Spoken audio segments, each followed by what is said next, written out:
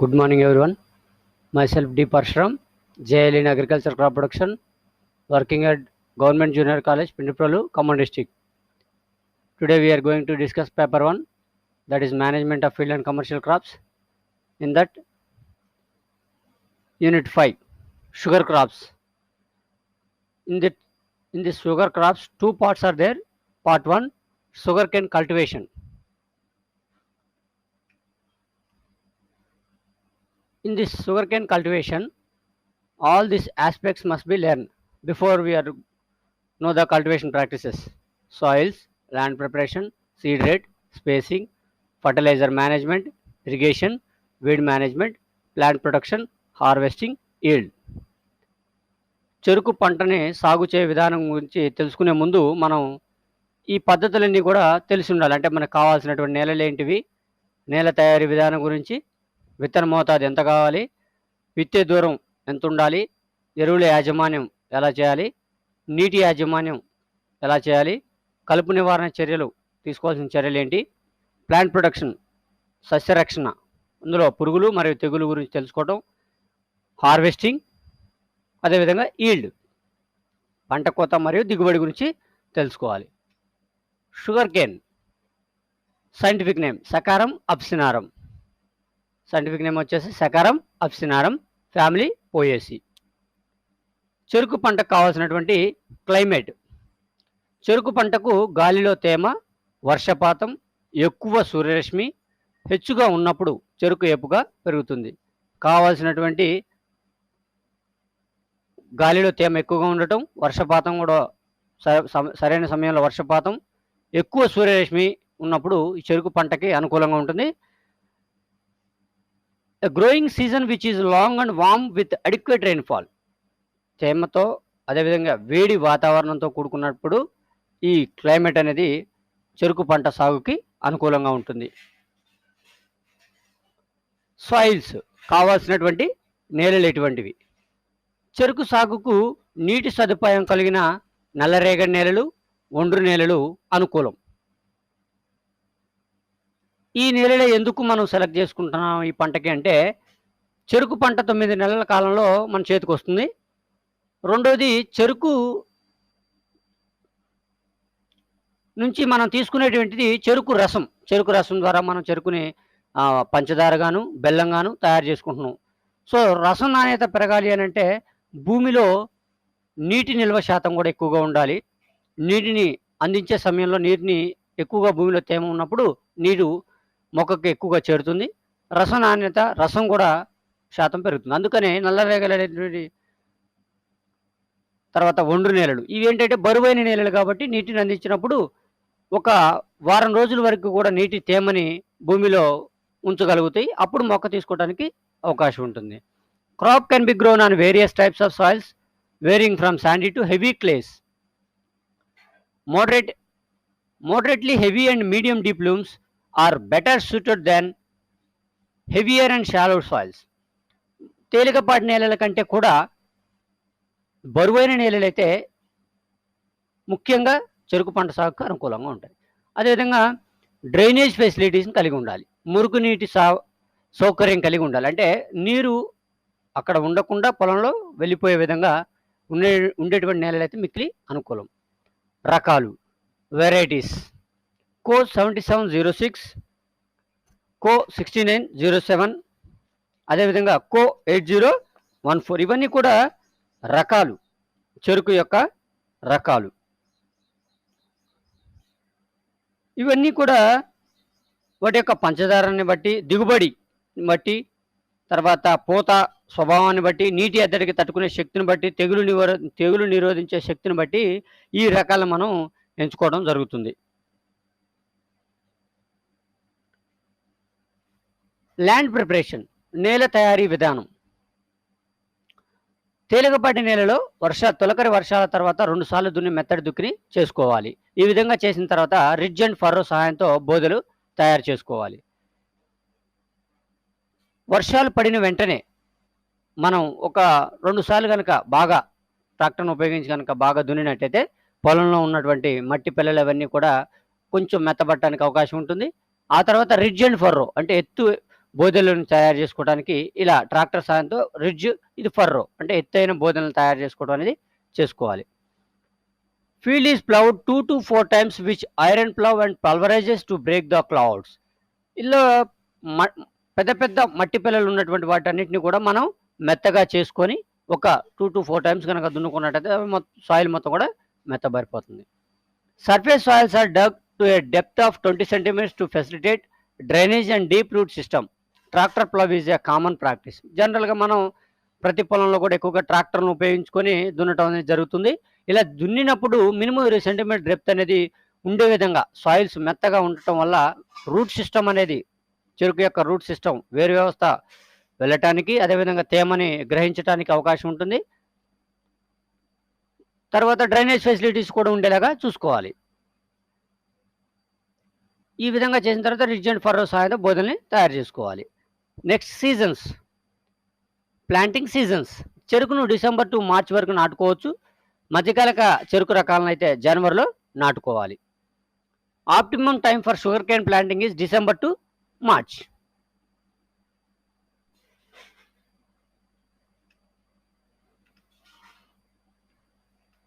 Next వచ్చేసి seed rate, విత్తన మోతాదు. విత్తన మోతాదు అనేది మనకి చెరుకులో విత్తనాలు అనేవి ఉండవు కాబట్టి మనం చెరుకును వేసుకోవడానికి ముందుగానే లేగడి తోటలు అనే వాటిని పెంచుకోవాలి. అంటే కొంత ప్లేస్లో మనం వేసుకోవడానికి కొద్ది రోజులు ముందుగా కొంత చెరుకుని మనం ఒక పొలంలో నాటుకొని వాటి నుంచి వచ్చినటువంటి హెల్దీగా ఆరోగ్యవంతంగా ఉన్నటువంటి అది పూత పూయినటువంటి చెరుకుని 7-8 నెలల వయసు కలిగినటువంటి లేగడ తోటల నుంచి మాత్రం విత్తనాలని మనం ఎంపిక చేసుకోవాలి. అలా ఎంపిక చేసుకున్నటువంటి విత్తనాల్లో ఎకరాకు 16,000 3 budded sets are 8,000 2 budded sets చెరుకు నరికి నాటుకోవాలి. అంటే ఇక్కడ బడ్ సెట్స్ అంటే ఏంటంటే ఇక్కడ గనుపులు కనిపిస్తున్నాయి కదా మనకి. ఈ గనుపులని ఉన్నటువంటి వాటి అంటే 3 గనుపులు ఉన్నటువంటి వాటిని కానీ లేదా 2 గనుపులు ఉన్నటువంటి వాటిని కూడా తీసుకోవచ్చు. ఇక్కడ మనకి మొక్క ఇక్కడ నుంచి ఈ గనుపు ప్రాంతం నుంచే మొక్కలు అనేవి రావడం జరుగుతుంది. కాబట్టి మనకి 3 కళ్ళ ముచ్చలైతేనేమో 16,000, అదే 2 కళ్ళ ముచ్చలైతే 8,000ని మనం చెరుకు నాటుకోవడానికి తీసుకోవచ్చు.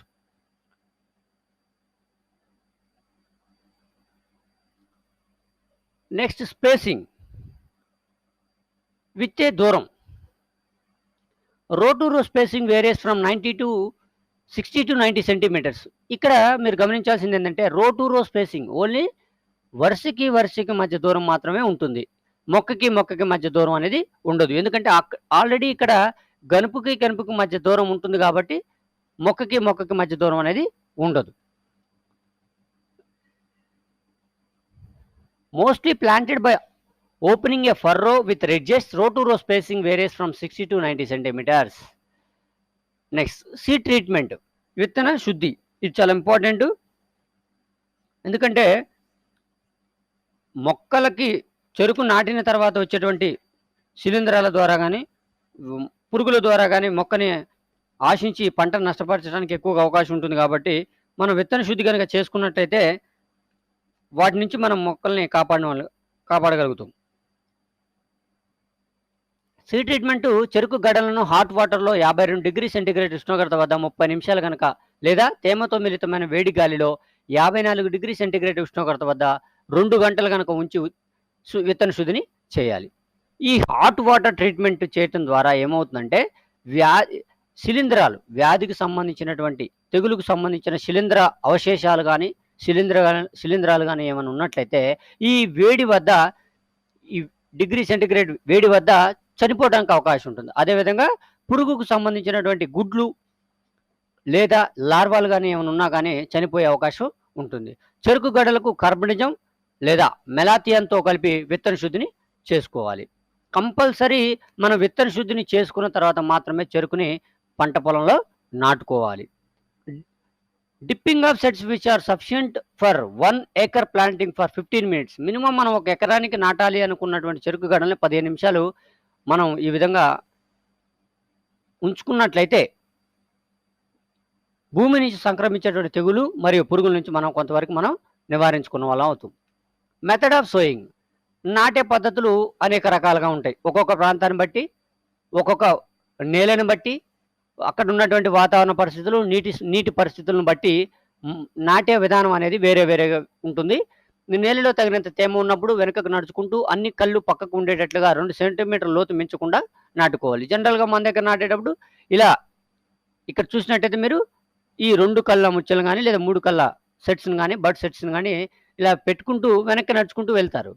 అలా వెళ్ళినప్పుడు ఏమైతదంటే, ఈ గనుపులనేవి బయటికి రావటం వల్ల, ఇక్కడ ఈ నీరు పెట్టుండటం వల్ల ఈ మెత్తగా మట్టి మొత్తం గూడా మెత్తగా ఉంటుంది కాబట్టి, త్వరగా లోపలికి వెళ్ళటానికి అవకాశం ఉంటుంది.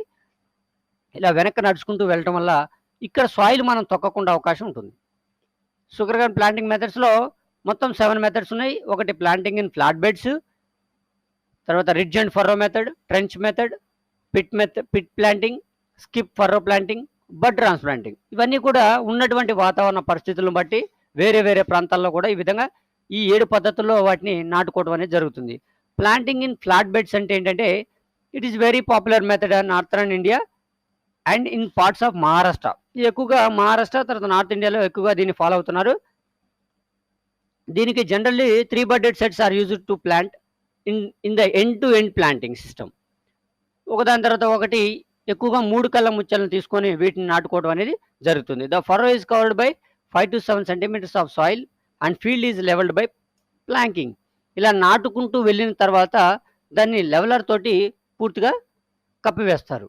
నెక్స్ట్ రిడ్జ్ అండ్ ఫర్రో, బోధనాగలతోటి చేసుకునేవన్నమాట, ఎత్తు పల్లాలు. The method is adapted in areas with moderate rainfall but heavy drainage problem.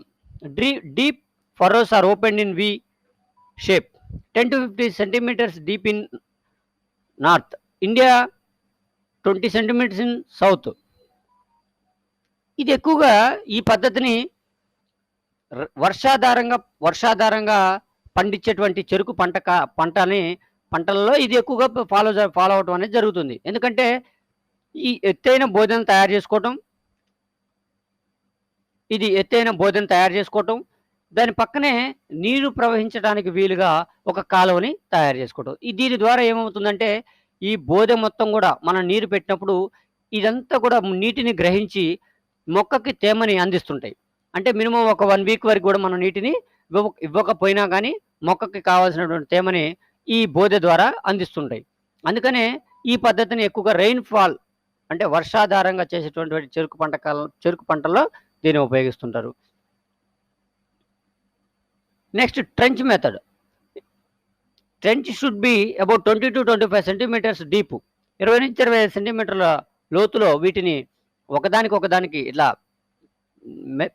నాటుకున్న తర్వాత వాటిని కలిపి మధ్యలో ఎక్కువ దూరాన్ని మనం స్పేసింగ్ నుంచి దీన్ని పెంచుకోవడం అనేది జరుగుతుంది. బడ్ కటింగ్. బడ్ అంటే మనం చెరుకు గడల్లో ఉన్నటువంటి గనుపుల భాగాల్ని సపరేట్ చేసుకొని వాటిని తీసుకెళ్ళి మనం ట్రేలలో, నారుమడిని పెంచేటువంటి ట్రేలలో పెంచి అక్కడ వచ్చినటువంటి మొక్కల్ని ప్రధాన పంట పొలంలోకి తీసుకెళ్ళటం. Sugarcane buds with half of its stalk. ఇందులో ఉన్నటువంటి చిన్న ముక్కల్ని, చెరుకు గడ ముక్కల్ని కట్ చేసుకొని can be planted in small polythene bags filled with organic manure and soil. మన జనరల్గా నారుమడిని పెంచేటువంటి ఈ ట్రేలు ఉంటాయి కదా, ఈ ట్రేలలో ఒక్కొక్క దాంట్లో కూడా మనం ఆర్గానిక్ పిట్ని పెట్టి అందులో విత్తనాలు పెడతాం. ఆ విత్తనాల ప్లేస్లో ఈ బడ్డెని ఇందులో ఉంచి ఇవి మొలకలు వచ్చేంత వరకు వీటికి నీటిని అందిస్తూ, మొలకలు వచ్చిన తర్వాత వీటిని తీసుకెళ్ళి మనం ప్రధాన పంట పొలంలోకి నాటుతుంటాం. With organic manure and soil. ఇందులో ఆర్గానిక్ మాన్యూర్ మరియు సాయిల్ అనేది ఉంటుంది. After sprouting they can be transplanted in the main field. ఇవి మొలకలు ఈ విధంగా చూసారు, ఇక్కడ మొలకలు వచ్చినాయి. ఈ మొలకలు వచ్చినటువంటి వాటిని తీసుకొని మనం ప్రధాన పంట పొలంలోకి వెళ్ళటం అనేది జరుగుతుంది. ఇవన్నీ కూడా methods, sugar cane planting methods. Next fertilizer management, ఎరువుల యాజమాన్యం. ఇది కూడా చాలా ఇంపార్టెంట్. ఎకరానికి 10 టన్నుల పశువుల ఎరువును నాటడానికి 4 నుంచి 6 వారాల ముందు భూమిలో కలియదున్నాలి. ప్రతిసారి మనం పంటను వేసే ముందు కంపల్సరీ సేంద్రియ ఎరువులని వాడుకోవాలి. అవి భూసారాన్ని పెంచి సేంద్రియ మరియు కర్బన శాతాన్ని కూడా పెంచి భూమి యొక్క సారాన్ని పెంచడంతో పాటు భూమి క్షీణించకుండా కాపాడుతుంటుంది. రసాయనిక ఎరువుల వాడకం వల్ల భూమి దాని యొక్క సారాన్ని కోల్పోతుంది. కాబట్టి మనం ఇటువంటి ఎరువులని, పచ్చిరొట్ట ఎరువులని, తర్వాత వర్మీ కంపోస్టు వీటిని వాడటం ద్వారా భూమి యొక్క సారం అనేది తగ్గకుండా పెరుగుతుంది. Nitrogen 224 kg for hectare, phosphorus 100 kg for hectare, potash 120 kg for hectare, నత్రజని 224 kgలు ఒక హెక్టేర్కి, భాస్వరం 100 kgలు ఒక హెక్టేర్కి, పొటాష్ని 120 kgలు ఒక హెక్టేర్గా మనం ఎరువుని వేసుకోవాలి. ఒక హెక్టేర్ అంటే 2.5 ఎకరాలుగా మనం చెప్పుకోవచ్చు. నత్రజని ఎరువులను నాటిన 45, 60, 90 రోజులకు వేసుకోవాలి. అంటే నైట్రోజన్ 3 స్ప్లిట్స్ 3 సమభాగాలుగా చేసుకొని మనం వాటిని వేసుకోవచ్చు. అదేవిధంగా ఫాస్ఫరస్ అండ్ పొటాష్, భాస్వరం మరియు పొటాష్ ఎరువులను ఆఖరి దుక్కులను వేసుకొని కలియదున్నుకోవాలి. చివరి దుక్కులను వేసుకొని వాటిని కలియదున్నుకోవడం ద్వారా పంట పూర్తి కాలం వరకు కూడా మొక్క కావాల్సినటువంటి ఎరువుని ఇవి అందిస్తుంటాయి. వీడ్ మేనేజ్మెంట్, పంట దిగుబడి తగ్గటానికి ప్రధాన కారణం కలుపు మొక్కలు. అవసరమైన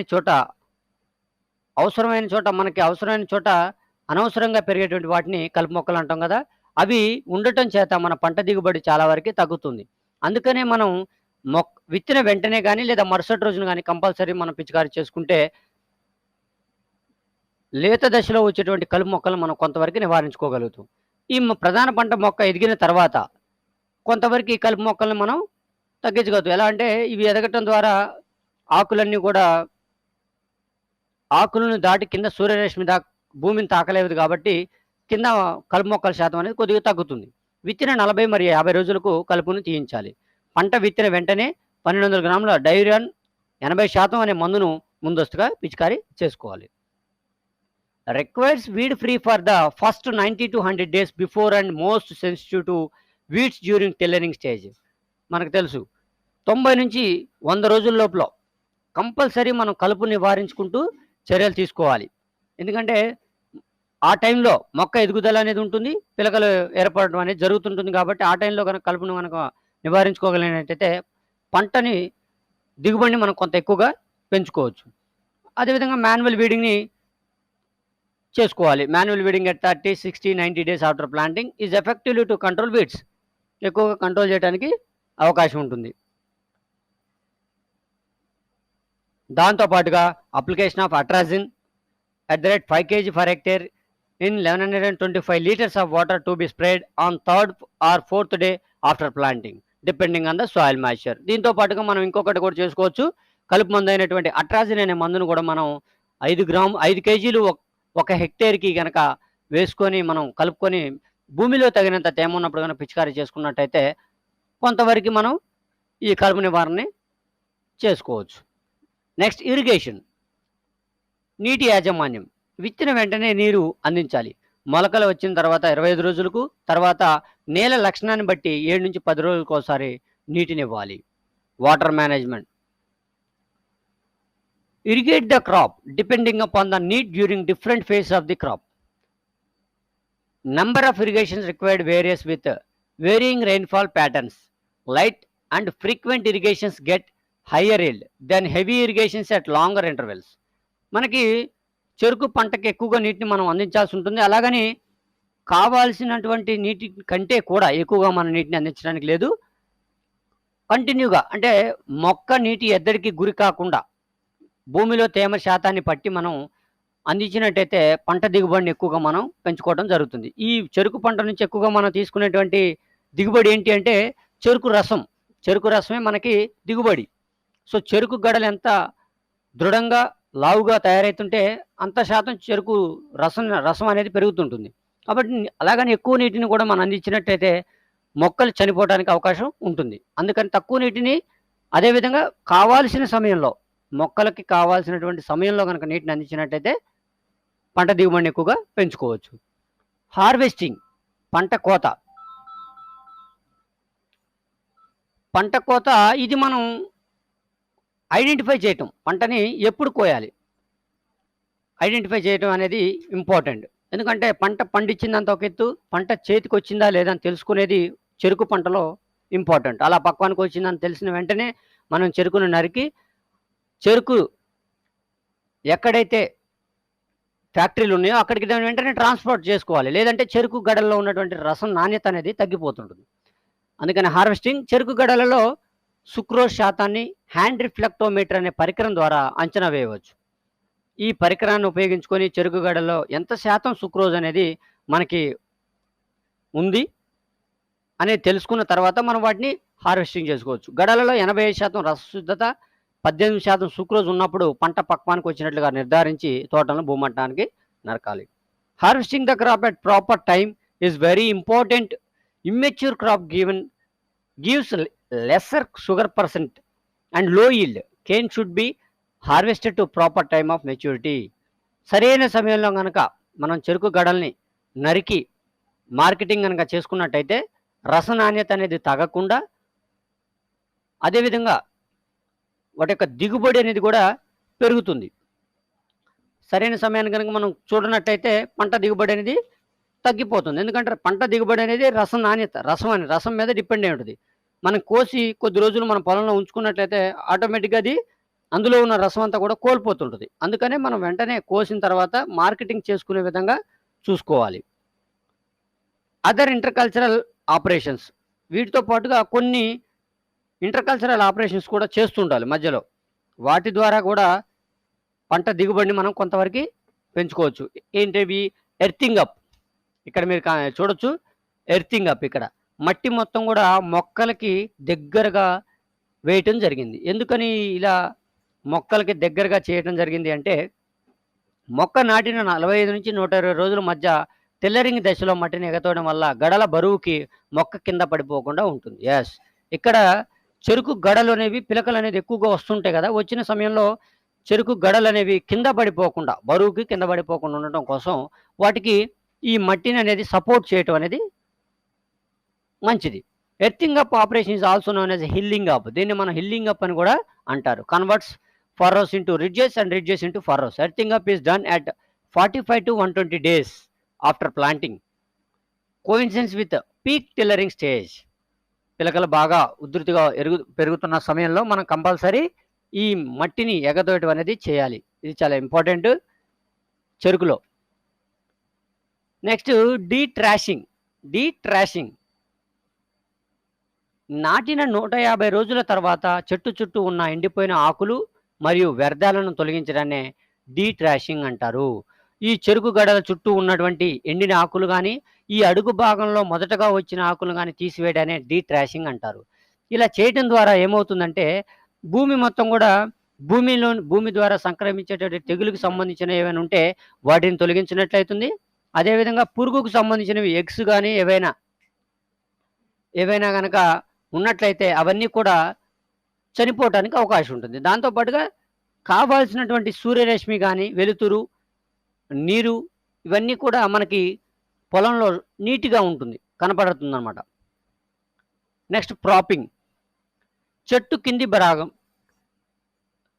కింది భాగంలో ఉన్న ఆకులను తొలగించకుండా గడల చుట్టూ జడల మాదిరిగా ఒకదాంతో ఒకటి కట్టడాన్నే ప్రాపింగ్ అంటారు. Trash without removing from cane is twisted to from sort of rope and cane stalks are tied together. This is known as a trash twist propping. ఇక్కడ మీరు గమనించినట్టయితే దీనిని జడలు అల్లటం, చెరుకులో జడలు అల్లటం అంటారు. అంటే ఒక మొక్కకి ఉన్నటువంటి లేత ఆకుల్ని తీసుకొని కలిపి కట్టుకుంటూ వెళ్తారన్నమాట. ఇలా చేయటం ద్వారా ఏమవుతుందంటే, చెడు గాలులు లేదా వర్షాలు, ఈదురు గాలులకి చెరుకు గడ విరిగి కింద పడిపోకుండా సపోర్టుగా, ఒక మొక్కకి ఇంకొక మొక్కకి సపోర్టుగా ఉంటుంది. ప్రాపింగ్ చాలా ఇంపార్టెంట్. చెట్టు కింది భాగంలో ఉన్న ఆకులను తొలగించకుండా గడల చుట్టూ జడల మాదిరిగా ఒకదానితో ఒకదాని కట్టడాన్ని ప్రాపింగ్ అంటారు. Next sugar cane jaggery making. చాలా చాలా ఇంపార్టెంట్. బెల్లం తయారు చేయ విధానం, చెరుకులో బెల్లం తయారు చేయ విధానం అనేది చాలా ఇంపార్టెంట్. ఇవి 6 దశల్లో జరుగుతుంది. Step 1, cutting sugar cane from field. Step 2, feeding the grinder to extract juice. Step 3, boiling the juice. Step 4, adding ingredients. Step 5, tray feeding. Step 6, jaggery output. ఈ 6 దశలలో మనకి బెల్లం అనేది చేతికొస్తుంది. ముందుగా step 1, cutting sugar cane from field. బాగా పక్వానికి వచ్చిన చెరుకును మాత్రమే భూమట్టానికి నరికి చెరుకు రసం తీసే ప్రాంతానికి రవాణా చేసుకోవాలి. చాలా ఇంపార్టెంట్. రవాణా అనేది చెరుకులో రవాణా చేయడం అనేది చాలా అత్యంత ఆవశ్యకం. సరైన సమయానికి కనుక మనం రవాణా చేసుకున్నట్టయితే రస నాణ్యత అనేది పెరుగుతుంది. Fresh sugar cane are cut from the fields. Canes are cut in such a way that the head and tail are chopped off. They are carefully brought in a plastic sack to the place where they are made juice. చెరుకు గడలో కింద భాగాన్ని, అదేవిధంగా పైన ఉన్నటువంటి లేత భాగాన్ని తీసివేసుకొని మనం చెరుకు గడల్ని నరికి కట్టలుగా కట్టుకొని వాటిని రవాణా చేసుకోవాలి. Step 2, feeding the grinder to extract juice. ఇలా వచ్చినటువంటి వాటి నుంచి రసాన్ని తీసుకోవడం. చెరుకు గడల నుంచి రసాన్ని సేకరించాలి. దీని కొరకు పవర్ మెషిన్ను ఉపయోగించుకోవాలి. ఈ మిషన్లో ఒకవైపు నుంచి 5 చెరుకు గడలను పంపిస్తారు, మరోవైపు రసాన్ని సేకరిస్తారు. ఈ విధంగా ఈ మిషన్లోకి చెరుకు గడలను వేసినప్పుడు ఇందులో ఉన్నటువంటి చెరుకు రసం అంతా ఒక మార్గం గుండాను, చెరుకు పిప్పి మాత్రం వేరే మార్గం గుండా బయటికి వెళ్ళిపోతుంటాయి. To extract juice from the sugarcane they use a power run machine where at one side 4 or 5 canes are feed and at the other end extracted sugar cane juice is directly feed to the vessel. అంటే పాత్ర ఇంకొక మార్గం గుండా వెళ్ళి పాత్రలో అది ఆ రసం అంతా కూడా చేరుతుంది. ఈ విధంగా ఒక పెద్ద పాత్రలోకి చేరుతుంది. Next step 3, boiling the juice. ఇది ఇంపార్టెంట్. ఈ బాయిల్ అంటే ఇక్కడికి చేరినటువంటి రసాన్ని బాయిల్ చేసుకోవడం. సేకరించిన రసాన్ని ఒక పెద్ద పాత్రలో ఉంచి వేడి చేస్తారు. వేడి చేయడానికి ఉపయోగించే పాత్రనే కడాయి అంటారు. ఈ పద్ధతిలో 3 గంటలు వేడి చేస్తారు. దీని ద్వారా రసం మొత్తం కూడా సెమీ సాలిడ్ పేస్ట్గా మారుతుంది. ఇందులో ఉన్నటువంటి వాటర్ వేపర్ అంతా కూడా చాలా వరకు తగ్గిపోగా మిగిలింది సెమీ సాలిడ్ పేస్ట్గా తయారవుతుంది. Next step involved in boiling the extracted juice. Juice is fed to a large big iron vessel which is usually called as a kadai as the below. దీన్ని మనం కాడీగా పిలుచుకుంటారు. ఇలాంటి పెద్ద పాత్రలో వీటిని రసాన్ని పోసుకోవాలి. Heating unit of the vessel is set up in such a way that at a single stretch 2 vessels are boiled. Heating unit is nothing but a small pit above which this vessel is placed. చిన్న గుంటలాగా కింద గుంటలాగా చేసుకొని ఆ గుంట లాంటి ప్రాంతంలో మంట పెట్టుకోవడానికి వీలుగా పెట్టుకొని పైన ఈ పాత్రలను పెట్టుకొని ఒకేసారి 2-3 పాత్రలను పెట్టుకొని మనం చెరుకు రసాన్ని మనం బాయిలింగ్ చేసుకోవచ్చు. There is a man who keeps on adding fuel to the heating unit. ఇక్కడ చూస్తున్నారు కదా మనం. ఇక ఒక వ్యక్తి ఆ మంటని పెడుతూ ఉంటాడు కూర్చొని. From a small opening extract. ఈ విధంగా చేసిన తర్వాత బాయిలింగ్ అంతా అయినటువంటిది సెమీ సాలిడ్ పేస్ట్గా తయారవుతుంది. Next step 4, adding ingredients.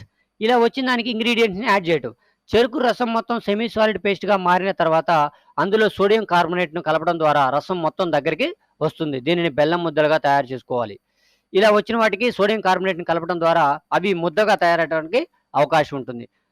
When juice becomes a semi solid paste, small quantity of sodium carbonate is added as a reducing agent which helps in making a jaggery balls. ఇలా balls లాగా తయారు కావడానికి మనం sodium కార్బోనేట్ని వాడతాం. Next step 5, tray feeding. ట్రేలో నింపుకోవడం. Semi solid పేస్ట్గా మారిన ముద్దలను ఒకవైపు వుడెన్ కాదాలో, మరోవైపు ఫ్లాట్గా ఉన్న గంటె సహాయంతో ఐరన్ ట్రేలోకి మార్చి బెల్లం ఇంకా గట్టిపడేలాగా బాగా కలుపుకోవాలి. Next step 6, jaggery output. ఒక వెట్ క్లాత్ సహాయంతో వేడిగా ఉన్న ముద్దలను కావాల్సిన ఆకృతులు నింపుకుంటే అతి తక్కువ సమయంలో బెల్లం గట్టిపడి తయారవుతుంది. ఈ విధంగా మనం వచ్చినటువంటి చెరుకు ముద్దలని వెట్ క్లాత్ తోటి తేమగా ఉన్నటువంటి ఒక క్లాత్ని తీసుకొని వాటిని సపరేట్గా చేసుకొని వాటిని మార్కెట్కి పంపించుకోవడం వీలుగా తయారు చేసుకోవాలి. With help of wet cloth, hot jaggery paste are made as a balls. Precautions are taken to prepare the balls as fast as possible as the paste gets to solid state within a short span of time. తక్కువ టైంలో మనం వాటిని ball లాగా తయారు చేసుకోవాలి. Nutritive values of jaggery. ఇందులో ఉన్నటువంటి బెల్లం పోషక విలువలు. సుక్రోజ్ వచ్చేసి 65 to 85 grams, calories 383 grams, fructose and glucose 10 to 15 grams, protein 0.4 grams, fat 0.1 grams, iron 11 milligrams or 61% ఉంటుంది. Magnesium 70 to 90 milligrams or about 20% ఉంటుంది. పొటాషియం 1050 మిల్లీగ్రాములు లేదా 30% అనేది ఉంటుంది. ఇవన్నీ కూడా బెల్లంలో ఉండేటువంటి విలువలు, పోషక విలువలు. రటూన్ క్రాపింగ్ అంటే ఏంటి? ఇంపార్టెంట్ ఇది. రటూన్ క్రాపింగ్ కార్షి పంట అని కూడా అంటారు దీన్ని. The number of succeeding cane crops raised from a single planting is ratoon. ఒక మొక్క ద్వారా, ఒక మొక్క నుంచే అనేక పంటని మనం మళ్ళీ మళ్ళీ తీసుకున్నట్టయితే దాన్ని రాటూన్ క్రాపింగ్ అంటారు. చెరుకుని నరికిన తర్వాత చెరుకు మొత్తాన్ని కూడా మనం కాల్చి వేసుకొని నీరు పెట్టి మళ్ళీ మనం యూరియా ఇలా నత్రజనిని, భాస్వరం, పొటాష్ ఎరువులను ఇచ్చినప్పుడు మళ్ళీ అదే మొక్క నుంచి, నరికిన మొక్క నుంచి మళ్ళీ కొత్త మొక్కలు అనేది ఏర్పడుతుంటాయి. వాటిని రాటూన్ క్రాపింగ్ అని అంటారు.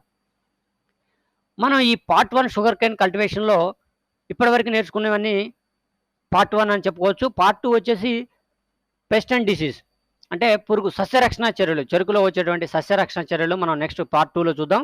ఇప్పటివరకు ఉన్నటువంటి పార్ట్ 1 సాగు విధానంలో మిమ్మల్ని అడిగేటువంటి క్వశ్చన్లు: write about suitable climate for sugar cane crop, చెరుకు పంటకు కావాల్సినటువంటి వాతావరణం, ప్రాపింగ్ మరియు వ్రాపింగ్ అంటే ఏంటి, బెల్లంలో ఉండేటువంటి పోషక విలువలు ఏంటి, తర్వాత రాటూన్ క్రాపింగ్ అంటే ఏంటి, చెరుకు పంటని ఏ విధంగా హార్వెస్టింగ్ చేస్తారు, ప్లాంటింగ్ మెథడ్స్, నాటే విధానం, చెరుకు నాటే విధానం గురించి తెలపండి, తర్వాత బెల్లం తయారు చేయ విధానం ఇంతకుముందు మనం చెప్పుకున్నాం.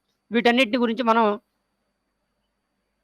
ఈ ఈ మనం సాగు విధానంలో వచ్చేటువంటి క్వశ్చన్స్ ఇవన్నీ మీరు కంపల్సరీ నేర్చుకోవాల్సిన క్వశ్చన్స్ ఇవి.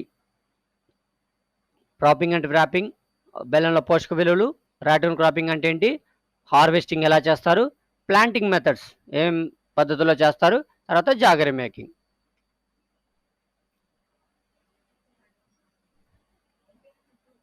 ఇంతటితోటి పార్ట్ 1 షుగర్ కేన్ అనేది కంప్లీట్ అయిపోయింది. నెక్స్ట్ మనం పార్ట్ 2 షుగర్ కేన్ చూద్దాం. Thank you very much.